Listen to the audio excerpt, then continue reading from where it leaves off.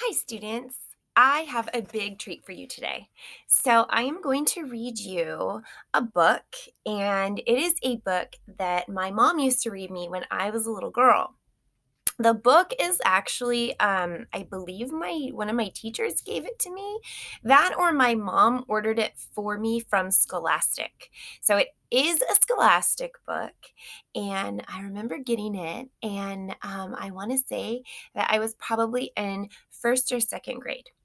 So the book is called The Cat Who Wore a Pot on Her Head, and it is written by Jan Slepian and Anne Seidler. So it's written by two different authors. It has two different authors, and it's illustrated by Richard E. Martin. Here's the cover of the book. I want to make sure that you get to see it. Now we'll start our story. The Cat Who Wore a Pot on Her Head. Make sure I don't skip any pages. Okay. There once was a cat named Bendemelina. She lived in a house on Cat Street, where cats and kittens lived all together. Brothers and sisters, cousins and friends were in and out and all about. What a noisy place it was! One day when Bendemelina was playing, she found a shiny pot. She put it on her head. Suddenly, all the noise was gone. She liked the quiet so much. She decided to wear the pot over her ears all the time. Uh-oh. Oop, I skipped a page. Let's see. Can you guys see that? All right. The same day, Mother Cat said to Bendemelina and her 9 little brothers and sisters, I have to take care of a sick friend this afternoon. But oh dear, how am I going to clean the house and cook your supper too? Don't worry, said her kittens. When you come home, supper will be ready and the house all clean. We'll take care of everything. Her kittens are going to help her. That's so nice. There's all her kittens, and there's the mama cat.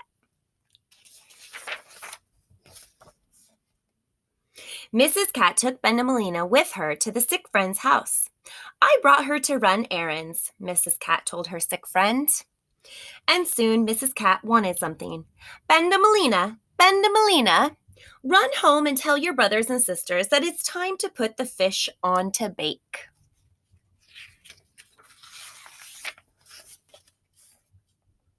Bendemelina didn't hear what her mother had said. Her ears were still under the pot. Everything she heard was all mixed up. Did she say to put the smish on to fake, or to put the bish in the lake? Bendemelina wondered as she ran home. Oh, she must have said to put soap in the cake. Mama wants you to put soap in the cake, she told her brothers and sisters. All the kittens wanted to please Mother, so they put soap in the cake. Have you ever heard of anybody putting soap in a cake? I haven't. Uh-oh. Almost as soon as Bendemelina got back to her mother, Mrs. Cat said, Bendemelina, Bendemelina, I forgot to tell the children to put the soup on to heat. Run home and tell them to put the soup on to heat. Again, Bendemelina didn't hear very well because of the pot. Put the boop on the beep? Mup the moop on the feep? Oh, she must have said to iron the meat.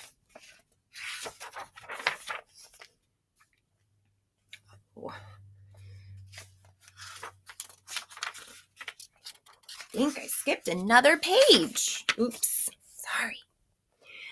Mama says to iron the meat, she told the kittens at home. They all wanted to please Mother, so they got out the ironing board and ironed the meat. All afternoon, Bendemelina ran back and forth, telling her brothers and sisters what Mother wanted them to do. Once Mrs. Cat said, Bendamelina, run home and tell the children to sweep out the hall. Feep out the ball?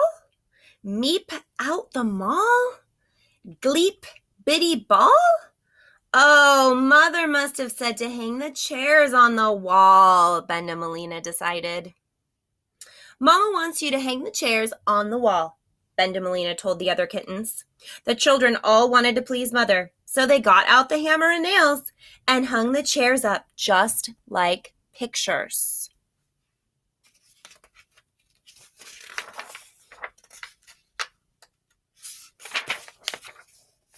Soon all the neighbors gathered around the house to watch.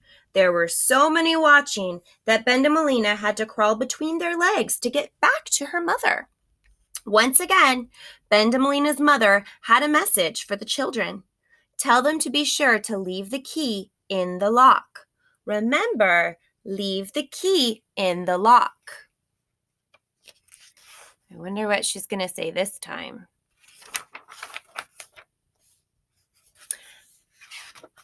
Make sure I didn't skip another page. If I look at my page numbers, it helps me not to skip pages. Bendamelina raced home, saying to herself, Gleave the bee in the smock, smick the smee on the sock, sicky wee wubby gawk. Oh, she must have said to sew clothes on the clock. Sew clothes on the clock, Bendamelina told her brothers and sisters, and to please their mother, that is what they did. Bendamelina again ran back to her mother. Bendamelina, supper must be nearly ready. Go tell the children to make something to drink. Mother said, Make whiffly sink, wump buffalo bink. Oh, she must have said to put a horse in the sink. Look at this horse in the sink. Heavens! When Bendamelina told her brothers and sisters what Mother had said, they asked Mr. Horse, who lived down the street, if he would stand in the sink just to please their mother. By this time, animals had come from all over to see for themselves what was happening at Mrs. Cat's house. There were big animals and small animals and in-between size animals. Look at all those animals.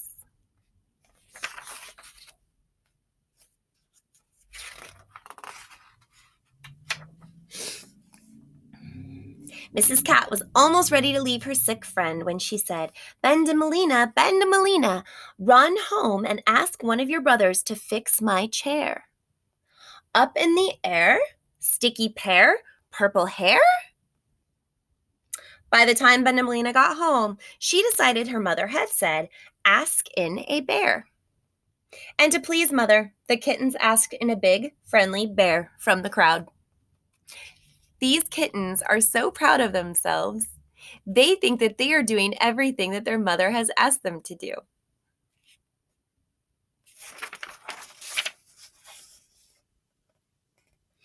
Just then, Mrs. Cat came home. She saw soap bubbles rising out of the cake and meat on the ironing board ready to bake. She saw chairs on the wall and a bear in the hall. She saw the clock dressed in pink and a horse in the sink. And then under her chin, 10 kittens marched in. What is the meaning of this? Said Mrs. Cat. Surprise, surprise, said the kittens. They thought they had pleased their mother. They thought they had done just what she wanted. We all did our best, they called out. But Bendamelina was still mixed up. Ask in the rest? She said to herself. Bendamelina threw open the door and called, Everyone come in. She must still have the what on her head? The pot.